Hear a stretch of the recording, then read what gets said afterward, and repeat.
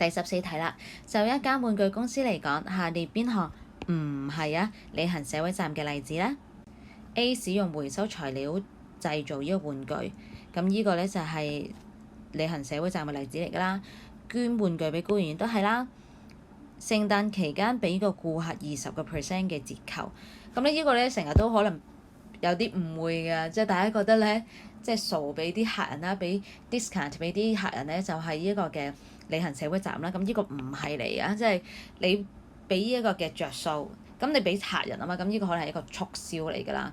如果你講到話，我咧俾一啲貧苦大眾或者咧一啲可能攞緊綜援嘅家庭，你有呢個特別嘅折扣嘅話咧，咁呢個就係履行社會責任啦。咁但係所有嘅顧客你都俾20% 嘅折扣，即係你做緊促銷啫。咁呢個就唔係履行社會責任啦。改善員工嘅工作環境咧，都係履行社會責任嘅。咁呢條題目問緊你邊個唔係履行社會責任嘅例子啊嘛，咁所以答案就係 C 咯。記住啦，做第14題啲嘅題目嘅時候咧，就咁用正常嘅角度去諗翻嗰句係啱定錯，揾翻錯嘅例子成為你嘅答案啊！記住，15。